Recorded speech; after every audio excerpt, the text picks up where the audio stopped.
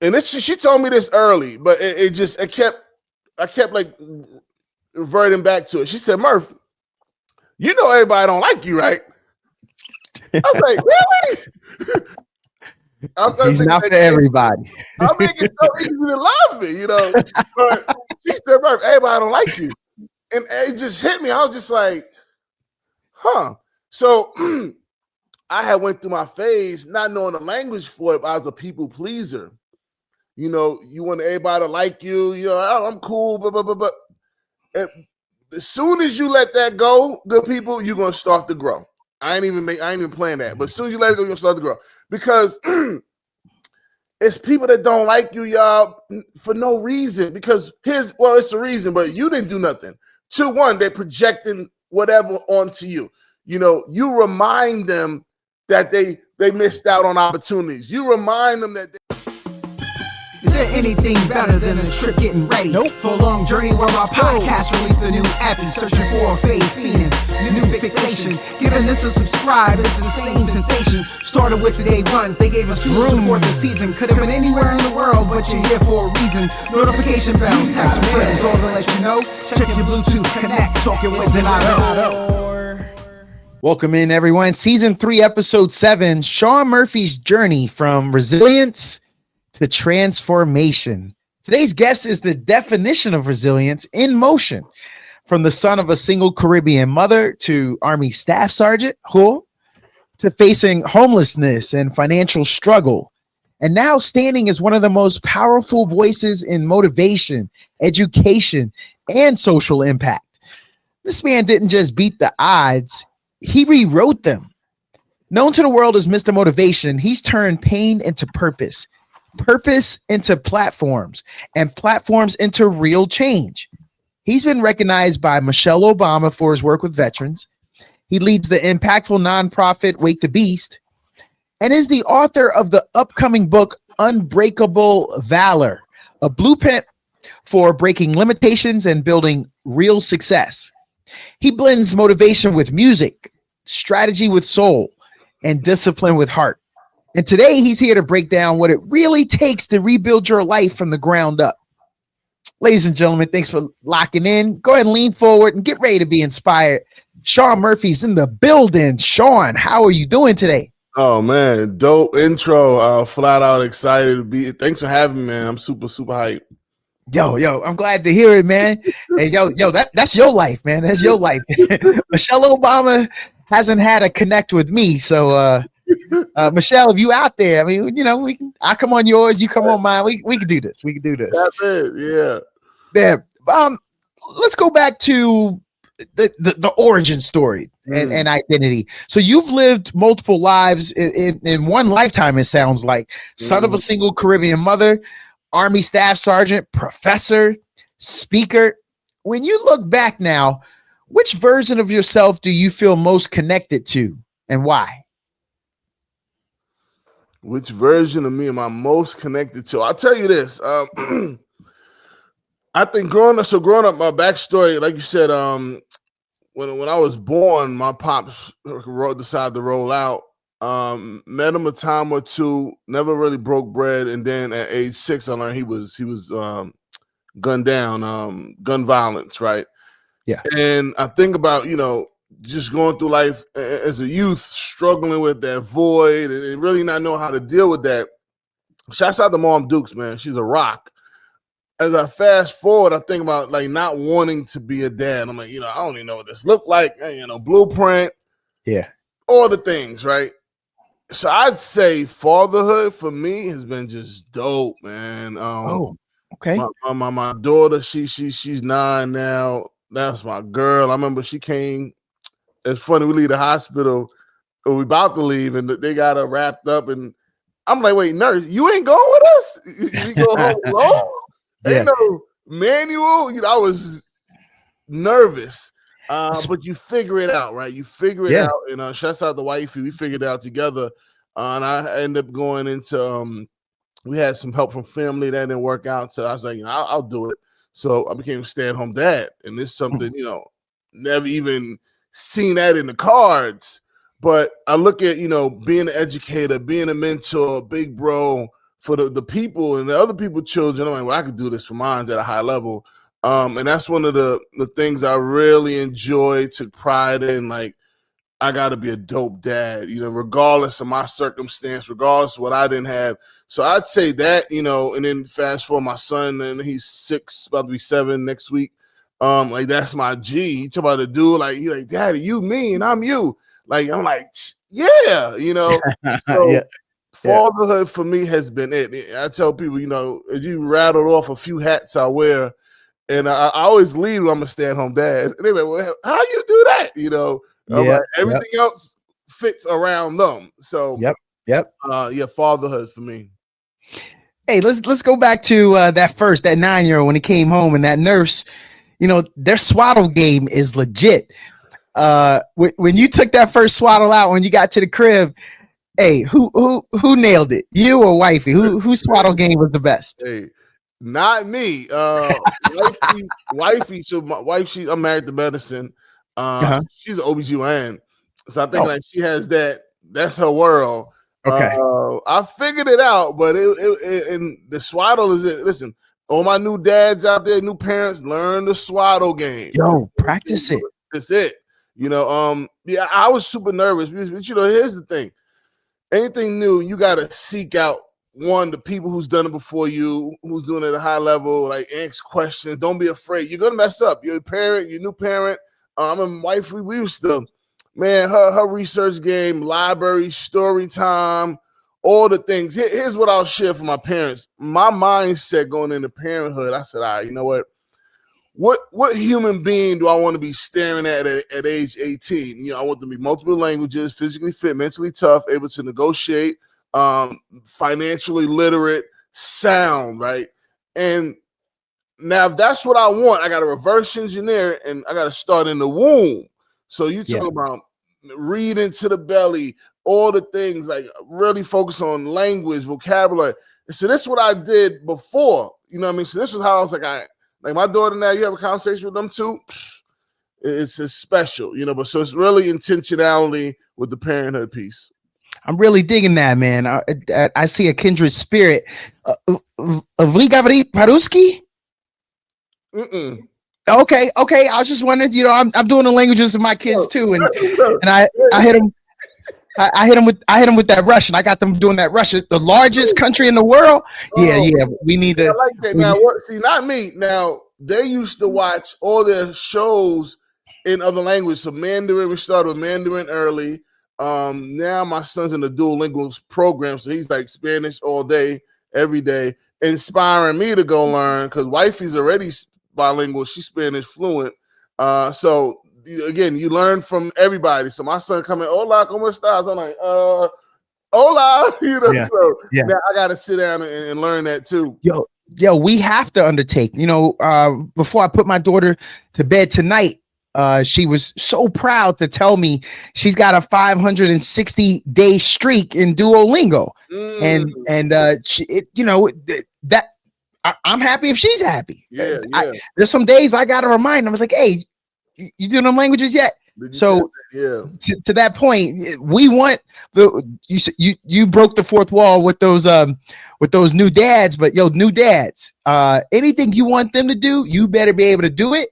You better not forget, because they gonna remember you forget, and then it's almost it comes up. Well, how important was it to you, Dad? Because this is this just one of them tasks you just throwing the frisbee and you want me to go get it like a Labrador retriever, or does it mean something to you? Yeah, what are we doing? Yeah. So I show them the intentionality. Yeah, my streak is longer though. I mean, I'm at 680. I'm above her, but that's so real. Just to really tap in on that point, dads. So reading's important, right? You see behind me, it's nothing but books. I can't just say go read. I got to model that 30-minute, hour reading. So in the morning time, morning work, I got my book out there. I'm going in so they can see what excellence needs to be. So definitely. Lead with modeling. I hit him tonight, Mr. Motivation. I hit him tonight. So I got Sir Arthur Conan Doyle. I hit him with some Sherlock Holmes tonight. I was like, okay, I got the podcast tonight. but I think I'm gonna hit them with 10 pages. I got to page 9, and Jokers was out.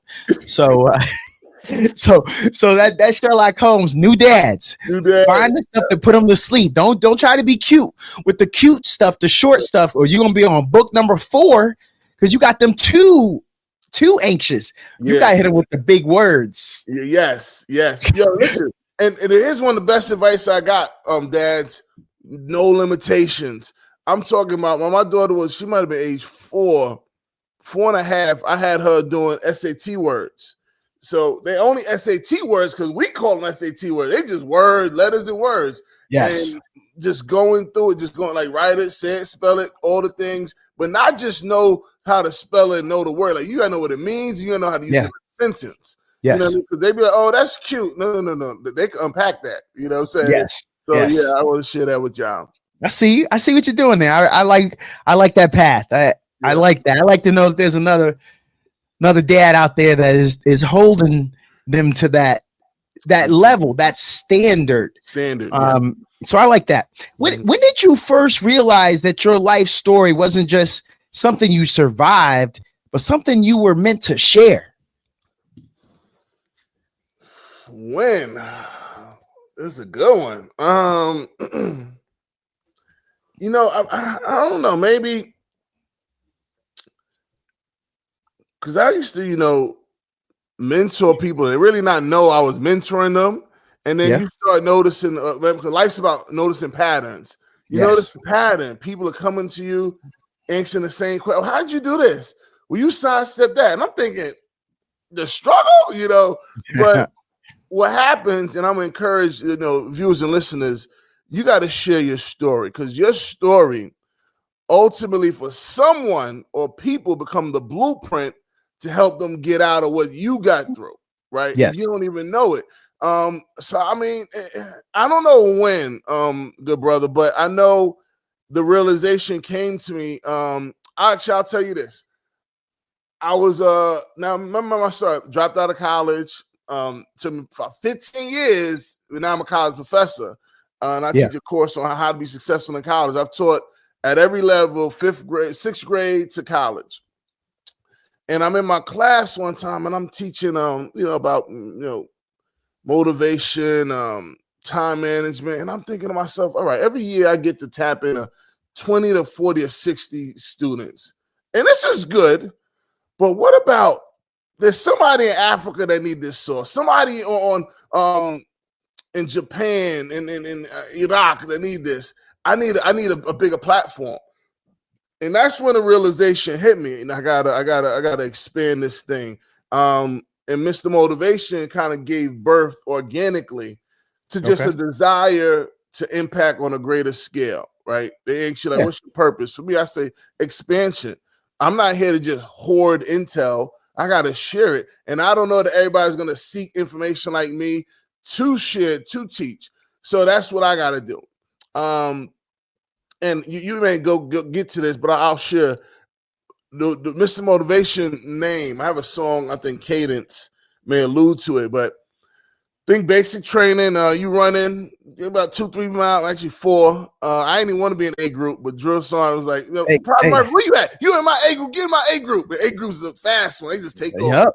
So we running, and Buddy go, all right, we get to the water tower. We all set, privates. All right, privates is, you know, what we call recruits, soldiers training.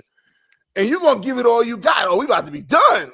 Man, we get to this dang on water tower, and this dude take off. I'm like, buddy, that wasn't the plan. But I tell you what, in my fatigue, in my desire to quit, you know, drill song hit that cadence, motivated, and that one that rock, you just dig deep. And I get people listening and viewing. I want it to be that cadence for you. When you tired of going forward, when you want to quit, when you just want to give up. If you hear something I say on my podcast, on my songs, on my talks, that just clicks for you to tell you now, keep going. That's what I want it to be. I want it to be that cadence for you. And that's how Mr. Motivation came about. Okay. I was road guard for A group. So, you know, I was doing my thing. I was out front. I was out front. Dad took it seriously. I'm gonna protect them boys in the back. So however fast they run it, I'm running fast. I'm gonna stay up here. That's what I did. What tools did your upbringing give you that you didn't recognize as strengths until much later? What tools did my upbringing give me? You looked around, you was like, man, these are strengths that I'm pulling from my past. I'll tell you this. So, get to the story, single parent household. We was all the things, food stamps, Section 8 housing. And my mom's, I remember a few stories. One, I had, I don't know what them shoes are called, kangaroos or with the pocket. Nothing brand name. And I'd have a hole at the bottom and I had to scrunch my toe up, go back out there. Then I come in and get my mom's sneakers, go back out there. And I remember I never complained. One of my friends, I told him this story years ago. You never know what sticks. He's a lawyer, and I just seen one at his wedding. Shouts out to Jeff. He said, Murph, you got to tell that story more. I was like, really? But I'll tell the story. You got my fridge. You go to open the fridge. There's nothing there. Close it, I'm hungry. Go back, I'm playing. Hour later, I go back, open the fridge back up. Nothing there, go back. And what it was I had hope that the next time I open the fridge, I would see something. I didn't complain. This is just something I was doing internally. But that was optimism. When my mom's, I had patience. Never complained. I had, matter of fact, one of the pair of pants I had never ate legal.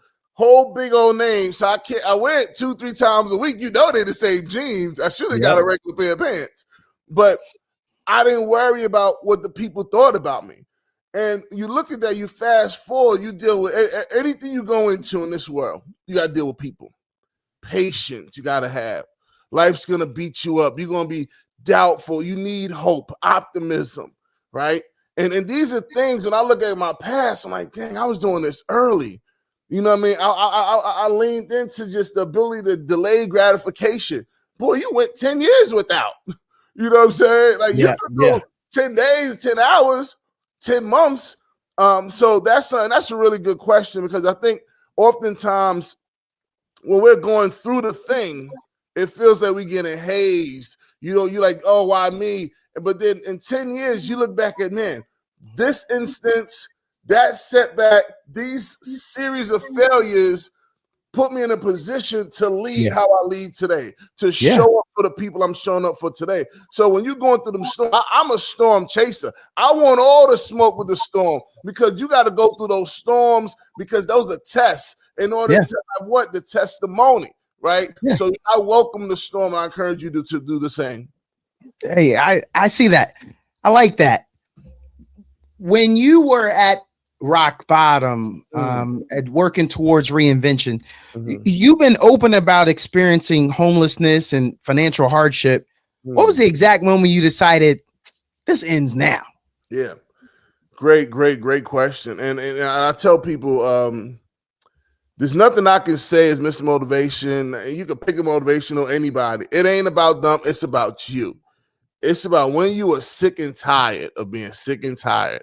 And I know I got out the military and I thought I had it. I mean, I'm E6 promotable, living the dream, decided I was over it, thought I was smarter than myself, and prematurely got out the military. And I know you're about to get that double rocker. Oh, I was close, And I was like, they really ticked me off, but and I wasn't like, what does freedom look like? But so I was E6P, I ran the S1 shop.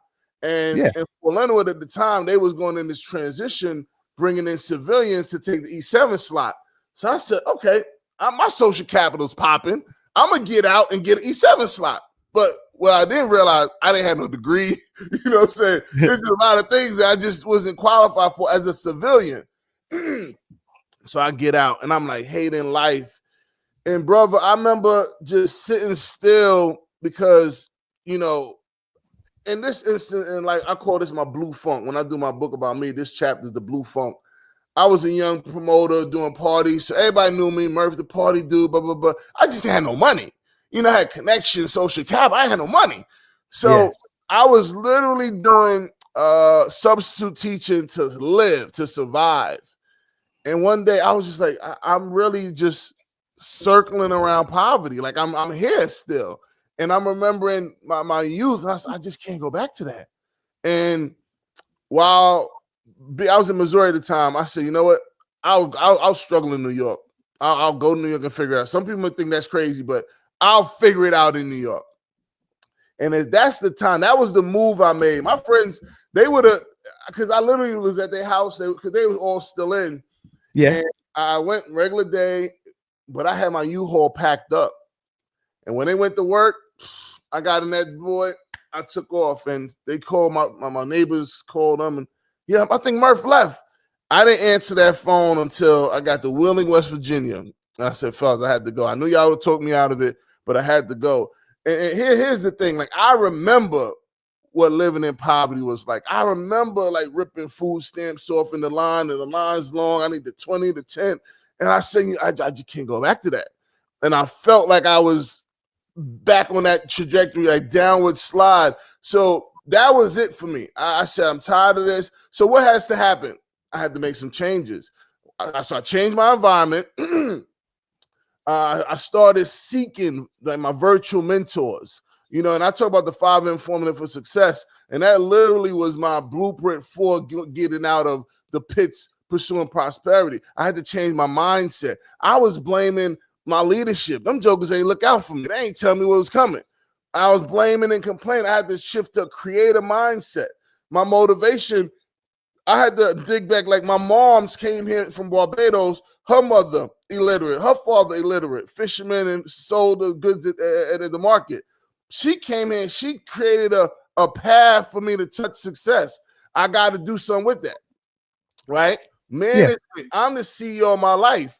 Who I have in my space, because proximity is power. I got to be intentional who I want to hang around. I got to start going to networking events. I got to start going to conferences, free things online, YouTube University.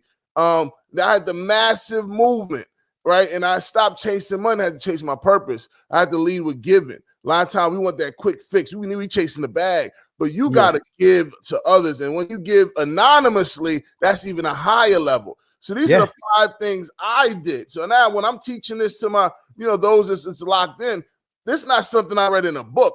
I applied these principles, these pillars to my life.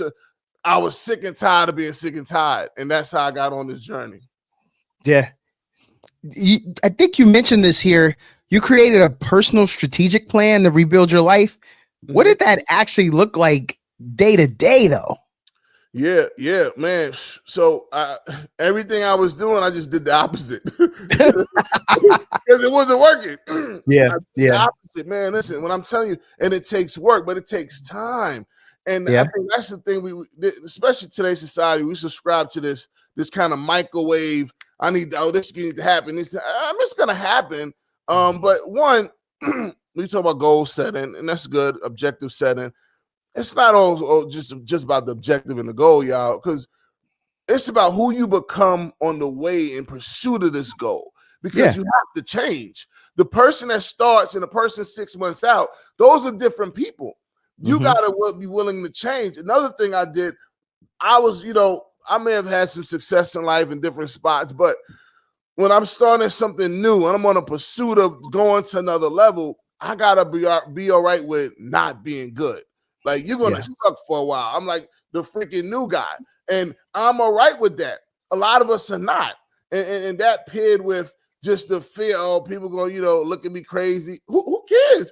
You look like a fool for a year. But then that's going to be a lasting thing. You get me? I'll give you an example. And we'll probably get to this. So, motivational speaking. I wanted to differentiate myself as a speaker. So I said, what can I do different? I used to listen to this dude, Adam Won't Lose. He'd be like, dear hard work, I used to hate you. You made me better. And I used to listen over and over and over, over some beats, but he's talking. I'm like, I had a Les Brown moment. I could do this. So I called my guy, producer dude. He thought I was crazy. He's like, you ain't no rapper. I said, I know, listen to this though. He said, this is dope. So fast forward, he said, start writing. That was June, July. I said, I'm going to do this thing. I don't know nothing about this space. I told my kids, listen, You don't gotta be smart or talented to be successful, but focus, effort, you can do anything. Daddy don't know nothing about this spoken word, music world, but I want to do this thing. So I'm gonna lock in, right? That, and I wanted to expand my reach. So I lock in. 3 months later, listening party album's done. I did one rap, Murph-flow. I had to spit. You know, I'm from Brooklyn, so I had to get in my J zone. And they were always, Murph, you're not a rapper. But here's the thing. I liked it, though. Like, I had this connection with, like, the rhythmic pattern, the music, the beats. And I was thinking it up, y'all. Like, my man, my creative director, Josh, will tell you, I couldn't string together my tempo to save my life. And I looked like a fool in front of him and a few other people. But I was all right with that. Because, see, I know my work ethic, I'm crazy with it. This is temporary. Murphy's going to be doing it. So fast forward, John, as a dad, y'all going to appreciate this. My daughter comes to me. This is year 3. I just left the stage and launched Music Fest, 20, 30-minute set, all music.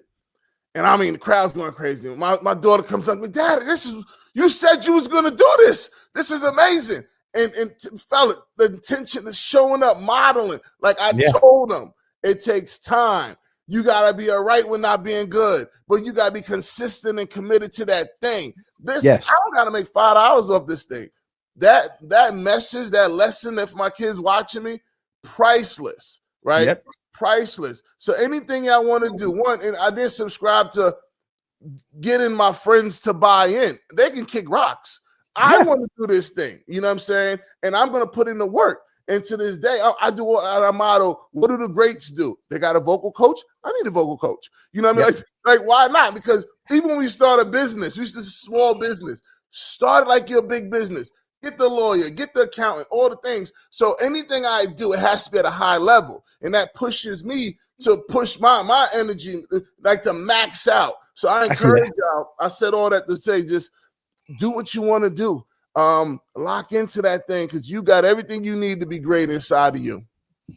And as we started with that question, make sure that those new habits, you exercise them day to day. Yes. That's how it becomes part of who you are. He said it. He said the effort will be there every day. What's the hardest truth you had to confront about yourself during that transition? The hardest truth. It just came to mind. So my girl, Lysandra, I was in Fort Leonard. She was a civilian. And she told me this early, but I kept like reverting back to it. She said, Murph, you know everybody don't like you, right? I was like, really? He's not for everybody. I make it so easy to love me, you know.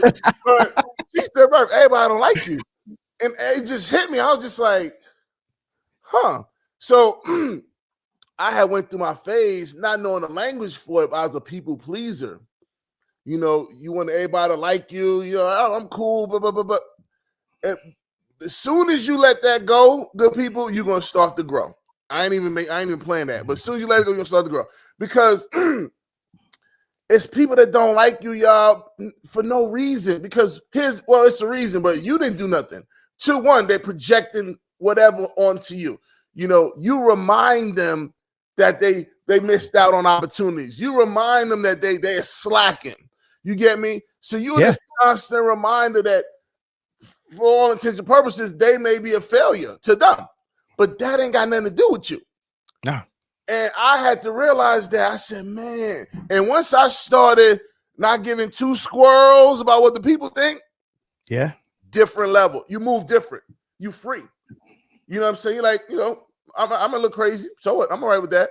And when you subscribe to you just doing you, game changer. So yeah, that's one of the things I had to let go. And then, I mean, I'll pair that with, you know, just feeling like you belong in the room. You know what I'm saying? Because as a brother, in this world, I maneuvered strategically, and I'm in these spaces. I'm sitting on boards, nonprofits. I'm usually the only brother in the room. And for me, you know, I got that Brooklyn swag with me wherever we go. There's a quote we tell our kids, and I share with my mentees and those listening in my sphere of influence. Any room you walk in, that room just got better because you did. Okay. Yep. And when I walk in these rooms, my kids see, I don't care who's in charge. Like, I own the thing because you got to have that energy. And you're not putting on, you just showing up. Yeah. You know what I'm saying? Straight like that. You got to be memorable. Yeah. If you go to the party and no one notices you, were you even at the party? Were you even there? Listen, here's a hack. I do this all the time. Your handshake. Whoo. Fellas, lean in. When you shaking female's hand, give them a firm grip. Give them a firm grip. You don't know how much times I get, hey, I really appreciate that handshake. And it's a little thing. I grip their hand up, stare them in their egg whites. Shaun Murphy, nice to meet you.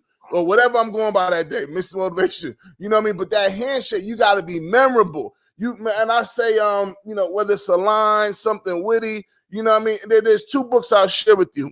How to Win Friends and Influence People, and How to Make Yourself Unforgettable. Woo. When I walk in networking, it's unfair. Unfair. I'm coming to take over. And you're going to know I was there. And that's how y'all want y'all to show up. No wonder they didn't like you. I got to follow that guy? Who put me here? So in that, how did your experience as an Army staff sergeant shape the way you lead today? Yeah.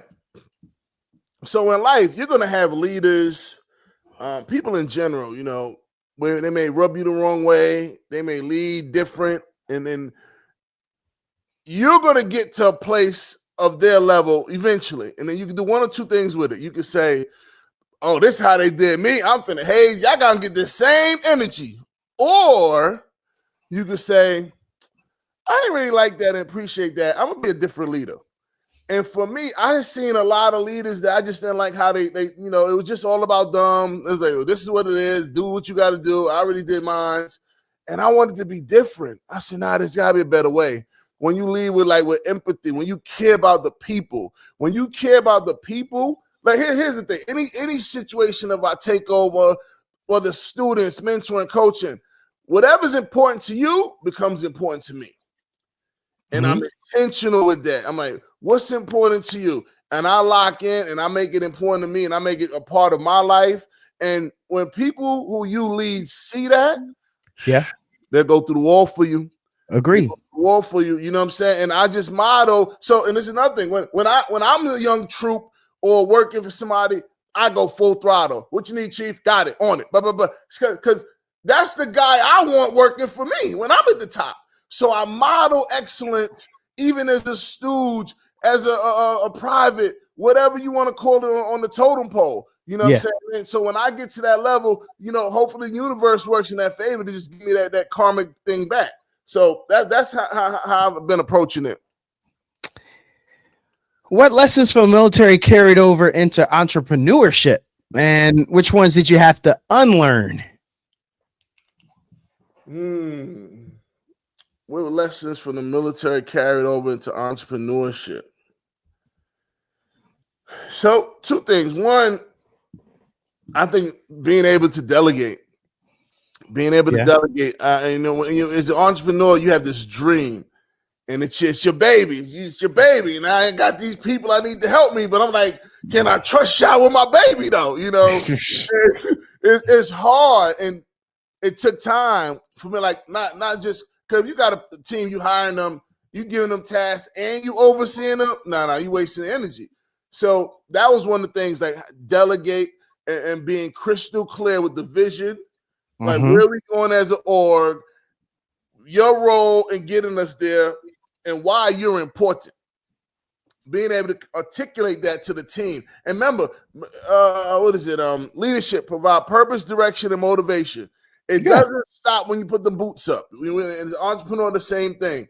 So that's one of the things, just delegation, man, delegation. There was something else that slipped my mind. You said from the military, will translate over to entrepreneurship. And which ones did you have to unlearn? Unlearn. Yeah, I mean, I think military. I might have got this from the military because I always tell. Well, is that right? Huh? Here's some good questions, man. What did I have to learn? I mean, it may parallel with just being able to delegate, because when the military, you don't really do it alone, huh? I don't know. I got to think about that. I mean, let me reserve the right to revisit that question. Yeah. We can come back. We're gonna boomerang that one. It'll come back around. How did it feel to be recognized by Michelle Obama? You know, I talked about that when we first started here. And what did that moment symbolize for you personally? Man, so backstory. I left the military, came home to New York, worked at NYU for a while, then took a job in Iraq as a contractor. Yeah, which was crazy and stuff. You know, I'll be walking to work, just a normal day's job, you know. But as a civilian, you ain't got you just got you. Yep. And I had a friend that introduced me to Teach for America, and I decided to, you know, this is a really abbreviated version. I decided to leave Iraq, apply to Teach for America, which, you know, high, like the acceptance rate, it was crazy. Historically, it was bringing in Harvard, grad alums, Yale, and I'm thinking, you know, I barely got through college, you know, but I had military, and they were really focusing on bringing in some military vets. Fast forward, I get in to Teach for America, and I'm in Delaware, Wilmington, Delaware, and it was a big deal for Delaware. It's the first time they brought TFA in, so when we came, you got the Secretary of Education, you got the mayor, all the things, highlights, and I'm like, huh. Now, I'm a little seasoned now, so usually, you know, recent college grads, I'm probably by 30 at this time. Yeah. So we coming in, we in a little van, and it was like, you know, Wilmington, Delaware, place to be someone. And I told them, I said, hey, listen, team, I'm about to be the face of Teach for America. They said, you just got here. I said, no, I'm telling you what I'm about to do, right? And my mindset was different. Hey, they, you know, I'm a new corps member, happy to be teaching in the classrooms. Me, hey, listen, Shaun Murphy, I'm TFA. Let me tell you how we about to change the dynamics of education here. Those are two different people, right? So when I came in with that spirit of absolute certainty, it's the law of attraction. I kid you not. 3 months into teaching, I still don't know how this happened, but the newspaper found me and they wanted to do a story. Military vet goes back in education, all the things. So that's when it started. Then I'm in there, you know, year two, they ask you, what's next year look like for you? Did 2 years in Teach for America?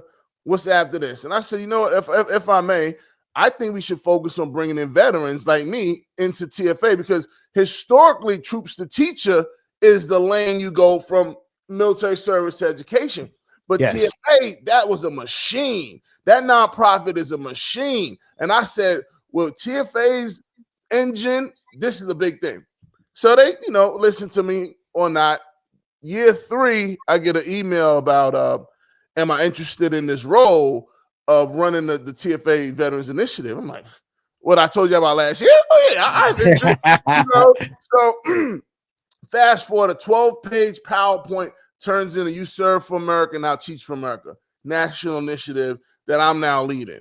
And man, what an initiative. Because think about it, I left the classroom and that was hard. My scholars were like, yo, Mr. Murph, where you going?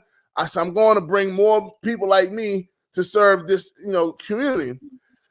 And, you know, it's hard to wrap your head around that as a 6th grader, but it was what it was. And I went and we hit the ground running. Fast forward, I remember we had to go brief somebody in D.C. It might have been Michelle Obama, chief of staff. But then fast forward that February or so, I get a call. I forget this guy's name. It pains me. But Michelle Obama's speechwriter, he called me and say, Shaun Murphy, your name came across our desk and Michelle Obama wants to, you know, acknowledge you. I said, Michelle who? Michelle? I'm like, wait, boy. Get off my phone. I was so confused. But he was legit. And I just showed that to say how we got here. So now I'm invited. I'm going down to the White House. And it's nothing but preparation. Any meeting I go to, prepare. You don't know who you're going to meet, prepare. What are 3 things you're going to say? It depends on the stage, because some of us can get starstruck. So you want to default to the level of your preparation. So regardless if you're getting starstruck, you still know I got this. At least one of these questions I got to get out. And that's I was prepare. So I get in there, and man, I'm a dude from Brooklyn. I'm from the hood, the trains, and I'm at the White House clearance, buddy. Unreal, right? Unreal. And what it meant for me, I was representing my scholars. I was representing my scholars because I told them I was leaving to do something bigger. I didn't know exactly what bigger was looking like, but now I'm here in the White House representing. He told, she said, sixth grade educated. Yeah, that's y'all. I'm y'all guy. That's me. So that was super dope. Memorable moment, man. And even for my mom to just think about all the sacrifices she made to put me in a position to do great things. So yeah. We were talking education. Let's get to education and impact. What pulled you towards education after the military, and what did teaching give you that the battlefield couldn't? Mm-hmm. So back to I'm in Iraq. I'm making buku bucks. First 80, 90,000 tax free. Like no reason for me to come home. But one of the reasons was, see, for me, my educational journey. I have this piece called Trauma Education. So it wasn't all rosy and green sky, blue skies, and all that, but even though I had a bad experience in education, I remember they wanted to put me in special ed. I'm like, how you do that? I skipped the first grade. What you mean? Like I don't have a learning problem. You not engaging me. And I became the special ed teacher. So now I understood what should have been happening for me. Yes. So I always tell my scholars I wanted to be the leader in education that I didn't have. Okay. You know what I'm saying? I wanted to, because I care different. Like when Scooby come in wilding out, it's not a behavior problem. Did he eat? You know what I'm saying? Yeah.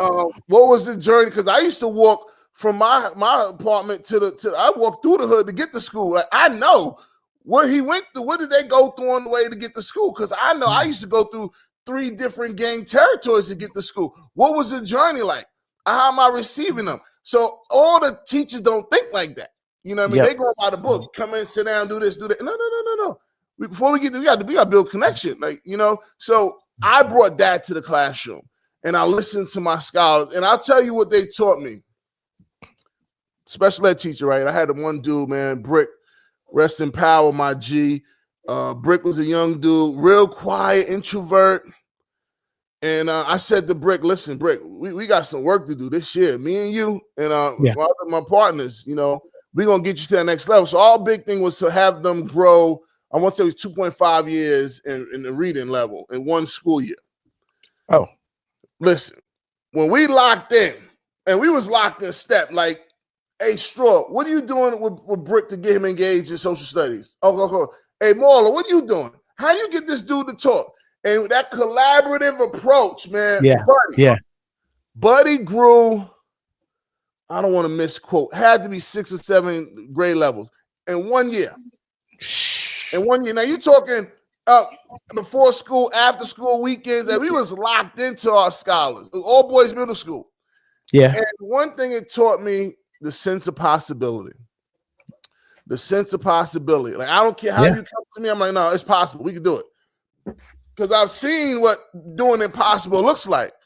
And I think about, in the military, we did some crazy things, but like at that level to like, and here's the thing, a lot of teachers don't even believe they're able to grow 1 level, let alone 2, let alone 6. Yeah. You get me? So you gotta believe, but I'm a Brooklyn dude. I got that delusional self-confidence. Like I'm like, and I used to bring that to anything I'm doing. And even though I might not like, I don't know how we're gonna grow this 2 years, but we're gonna grow. We're gonna figure this out. Mm-hmm. That's the energy we need in the classroom. And I'm gonna make a call to brothers tapping in. We need more men, black men in the classrooms. There's some dudes and dudettes need you. Tap in. I think one of the things that stop us, because you growing up in the hood and unfavorable situations, you just trying to chase that bag. But if we really tap into that financial literacy component, there's this book from David Bach, Automatic Millionaire. That's when I learned the couple, they made 80 grand combined, and they had houses, boats, all the things. So it's not about you making six figures. It's how you managing the 550,000 you making. So we start really being intentional on, like, in the colleges, getting our brothers to understand that financial literacy component. We could tap into. We need you to commit to service in this educational space. Yeah, I like that. I'm going to look that book up. Yeah. How did your work with Teach for America reshape how you think about access and opportunity? You said you wanted to be the teacher that you didn't have to reach you. Access and opportunity.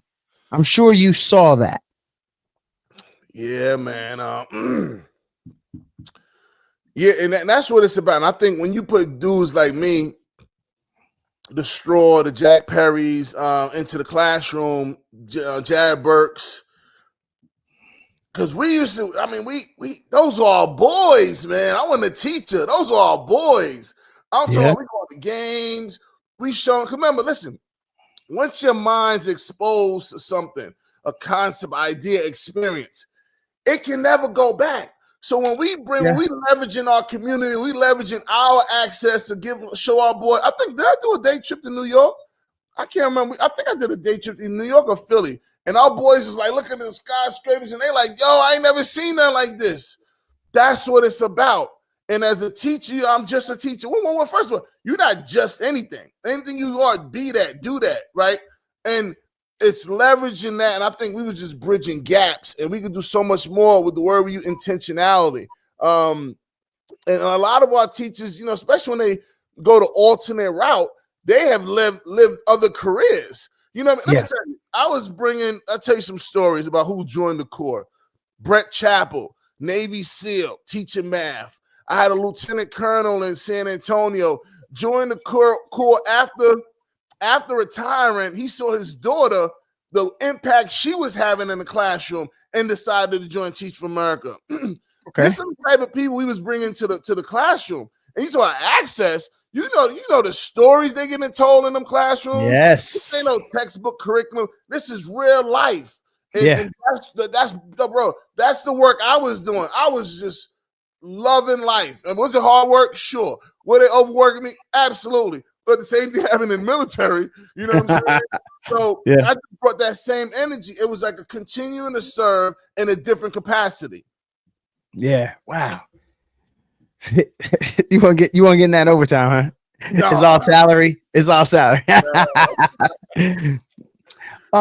When a student's life truly changes because of something you said, how's that hit you emotionally? I'll tell you this. I'm a storyteller, y'all. Let it flow. When you teach middle school, it's like a 401k. You're not sure the return on investment as an educator, right? Unless you really stay with them over the course of time. I've been fortunate, y'all. Two things. Ryan Thompson, he called me maybe 2-3 years ago. He said, Mr. Murphy, I used to think you was a crazy old man. But now he was doing a summer school. He said, I'll be saying the same thing you were saying to me, and I'm teaching my students. I was like, really? That's crazy. Because, when they're in it, they're like, this dude wilding. But I'm like, I have your best interest. But one of my favorite dudes, man, Jordan Perk. Perk, I taught him he was 7th grade when he came to me. And I was when he hit 1,000 points in basketball, I drove back. When he graduated, drove back. One of the things I always told him, because I was inspired by one of my teachers, Miss Green. She was so fly. I'm talking about fly. She'll show up fly. And her whole life was just like, where you going this week, Miss Green? So I became Miss Green to my boys. They were like, where you going, Mr. Murphy? And I said, listen, when y'all turn 21, we outside. And Perk, he was 22. Him and Zeb, I took him to Atlantic City. And we had a weekend just rocking out. And I brought my camera crew. So we documented some of the things. And he was talking about the stories about me sharing with them and opening up. Bro, I remember I went to Africa, and I took so much copious notes. I couldn't wait to get back to share with my boys. Yeah. You know what I'm saying? Like, that was the level that we was connected at. And Jay Perk just visited me probably 2 months ago. So that relationship went from like teacher student to like, mentee mentor, big homie. Like that's the homie, Yeah. and that's so beautiful, man. I tell educators, it's bigger than the books and the curriculum. It's how you show up. It's you being consistent, being authentic, just keeping it 100. You know what I mean? When you mess up, own it. You know what I'm saying? But that's been my experience in the classroom, man. I wouldn't change it for the world. Wake the Beast and social change. What was the original spark behind founding Wake the Beast? It's crazy. Y'all listen. I'm tell y'all, viewers and listeners, journal. I'll tell you why. I just maybe 6 months ago, I was looking. I just moved again. Well, not again. I ain't moving 12 years, but I found a journal, and I said, start a nonprofit. Found it, Wake the Beast, and I said, dang, I wrote this years ago. Yeah, and it's come to real life, right? So, Wake the Beast, it's just about combating scarcity mindset, empowering military veterans, youth, and adults to live out their max potential. And what I found across two spectrums, military, they coming out, my soldiers, service members, when they transition, it's like they lose their identity. It's like, I'm a Marine, always been a Marine. Now I'm not. What am I now? And it's like, dang. And it's like hard for that transition to happen. Similarly, my college student, even my high schoolers, they don't know what's next. And you say they're high school, they figure it out. But some kind of something, and a lot lack clarity, can't communicate what they want out of life. And I was like, dang, I see an opportunity here to create a platform to help. Yep. And remember, I told you everything in life, this is about giving. So this is my give back vessel. This is how I'm going to do that exact thing. So like, my 5 Informant for Success course, how do I give this to the people? I'll raise grant funding, then I can help people. So that vehicle was set up to be able to give more. There's a book, The Go-Giver. Go check it out. It's about the 6 laws of stratospheric success. I'll just talk about the last law, because I say lead with giving. But the last law is the law of receptivity, where you allow yourself to receive. Like, it's going to come back. Don't worry about it. You just give. You got to give, and don't give to get back. Just give to help people. And listen, there's 3 ways of giving. You give your 3 T's: your time, your talents, and your treasures. I will always also suggest community board service. Board service, joining boards, nonprofit. I didn't know nothing about a board. And I ended up, when I did learn, they couldn't get me off a board. But that's that's the source. The boards control everything. And what I found, some of these boards are, working with, say, with people in poverty, underprivileged people, but no one on the board represents that experience. So how are they making these decisions? They need you. Mm-hmm. They need you who struggle, you who's homeless, who's now a real estate investor, to sit at these tables. And when they're thinking about, let's just have this meeting at 3 o'clock, or 3 o'clock, people at work, regular people, you got to be a voice on the board for the voiceless. So I'm encouraged board service, and I've served on Habitat, Leadership Lancaster, scores of board, economic development boards. They need us, brothers. Representation is slim pickings. And a lot of times they overuse us. When you're in an area and you're a brother that's doing things, they want you on all the boards. You can't be on all the boards. They want you to really have impact. Yeah. When you came on, were there any items in particular that you wanted to get to that we didn't get to this point? Sure. I'd love to talk about my book. So I dropped the book this May, Unbreakable Valor. Triumph through the soul of resilience, y'all. Listen, this is about, embracing failure, being resilient. What's that look? Being a storm chaser. And before I even get there, I'm going to give my man some flowers. Ron James, they brought me out to Allentown, PA to give a talk. And after the talk, we rocked the stage, high school, middle school. Ron, we sat down. Ron said, "Hey, Murph, listen, where's your book? Your book is your business card. I said, huh. And I paused and I leaned back and I left that table and I ain't stopped till I got this thing published. You know what I'm saying? And I just Ron and I never listen.